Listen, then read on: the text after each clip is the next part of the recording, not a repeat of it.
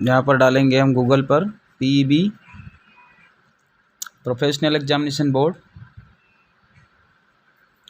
नीचे आएंगे, इंग्लिश पे क्लिक करेंगे और इसके रूल बुक में डाउनलोड कर रहा हूँ। ठीक है, ये आपके सामने डिस्क्राइब हो रहा पूरा। प्री एग्रीकल्चर टेस्ट यानी PAT 2022, प्रारंभ तिथि है 31/8/2022।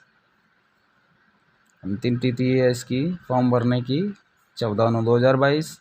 संशोधन की तारीख है इसकी 31/8/2022 और अंतिम तारीख जो है 19/9/2022।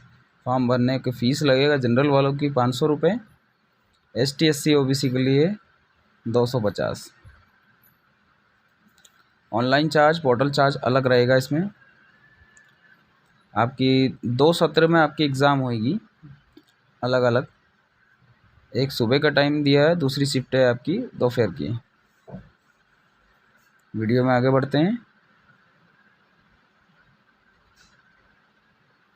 यह आपका कॉलेज वाइज चार्ट दिया गया है। 4 आपका पाठ्यक्रम है और सभी के कॉलेज का डिस्क्रिप्शन दिया है, यानी कि जवाहरलाल नेहरू विश्वविद्यालय जबलपुर के अंतर्गत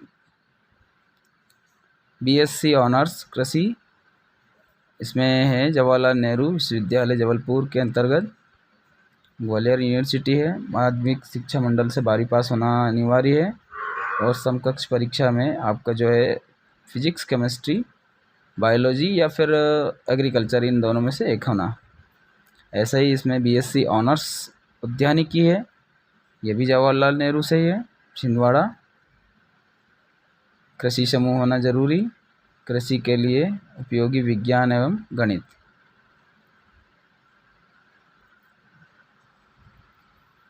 BSc ऑनर्स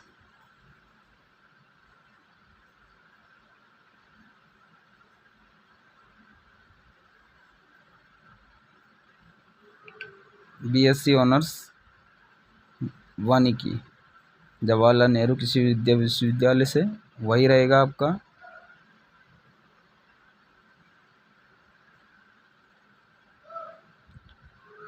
आगे बढ़ते हैं। एजुकेशन के बारे में बताया है इसमें। एजुकेशन का समझ लीजिए पूरा। 12वीं पास कम से कम मांगा गया है। अगर आप सम्मिलित हो रहे हो यानी कि आप रनिंग में हो तो भी चलेगा।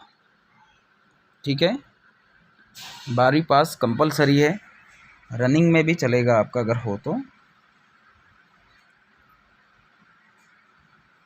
आगे बढ़ते हैं।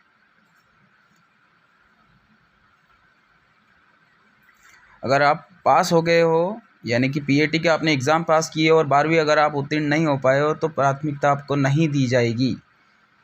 चलिए, सीट आवंटन का आरक्षण बता देते हैं हम आपको।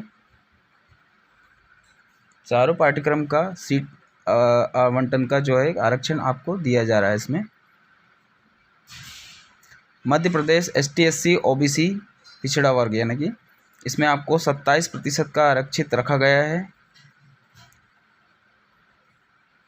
दूसरा,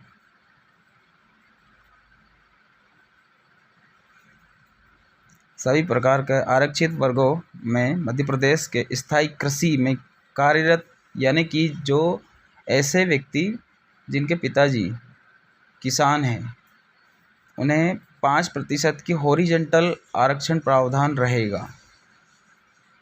किसान के पुत्र एवं पुत्रियों को दिया जाएगा। और महिला आरक्षण के लिए इसमें 33% का हॉरिजॉन्टल आरक्षण मिलेगा। अगर आपका घर में कोई भी पिता या माता कोई भी इन सब चीज़ों में कंडीशन फुलफ़िल करते हैं तो उसमें 3% का आरक्षण रहेगा। आगे बढ़ते हैं। अगर आप दिव्यांग श्रेणी में आते हो यानी कि हैंडीकैप वगैरह तो 5% की सीट अलग से आरक्षित की गई है इसमें। EWS होता है जनरल वर्ग के लिए कमज़ोर श्रेणी जिसे बोलते हैं। अगर इसमें अगर आते हो आप तो 10% का आरक्षण दिया जाएगा आपको। आरक्षित स्थानों पर प्रतिशत निकालने के समय दार्शिक अंक 0.5 यानी उससे अधिक नहीं होना चाहिए, 0 पर माना जाएगा। चलिए, इसके बाद में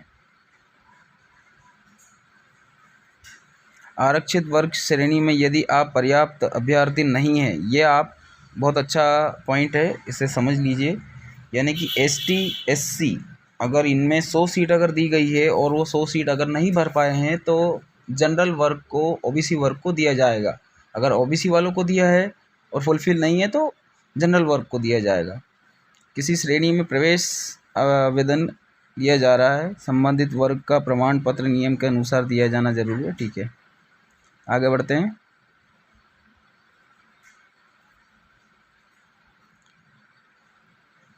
प्रत्येक पाठ्यक्रम में प्रवेश क्षमता 20% सीटों पर पेमेंट सीट के रूप में दिया जाए। पेमेंट सीट का तो हमें लेना नहीं है, तो इसे आप इग्नोर करें तो ठीक रहेगा।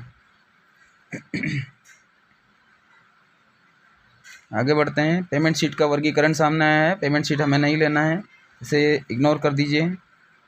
अगर लेना है तो यस करवा देना फॉर्म में, अदरवाइज नो कर सकते हैं। राजमाता सिंधिया कृषि विश्वविद्यालय का डिस्क्रिप्शन दिया है, सामने चार्ट है। इसमें आपका 44 सीट दिया गया है ऑनर्स के लिए और 8 सीट दिया गया है औद्यानिकी के लिए। अब आती बात एनआरआई, वो विद्यार्थी जो भारत से बाहर कहीं और से आए हैं, उनके लिए मिनिमम जो है पाठ्यक्रम दिया गया है। 12वीं पास है तो मिनिमम 45% होना अनिवार्य है, इससे कम रहेगा तो उन्हें नहीं लिया जाएगा। पर वैसे हमारे यहाँ तो ज़रूरत नहीं पड़ेगी। ये आपका उसका जो है चार्ट आया है सामने, कौन कौन सी सीट कहाँ कहाँ कौन कौन से ज़िले में रहेगी, ये आप ऑफिशियल वेबसाइट पर जाकर देख लेंगे अगर इसमें समझ में नहीं आए तो। ठीक है, इसके बाद की चीज़ें जो है ऑनलाइन पर ही आपको मिलेगी। धन्यवाद। अगर आपने हमारे चैनल को अभी तक सब्सक्राइब नहीं किया है तो प्लीज़ उसे सब्सक्राइब कीजिए ताकि अगला वीडियो आप तक पहुंच सके। धन्यवाद।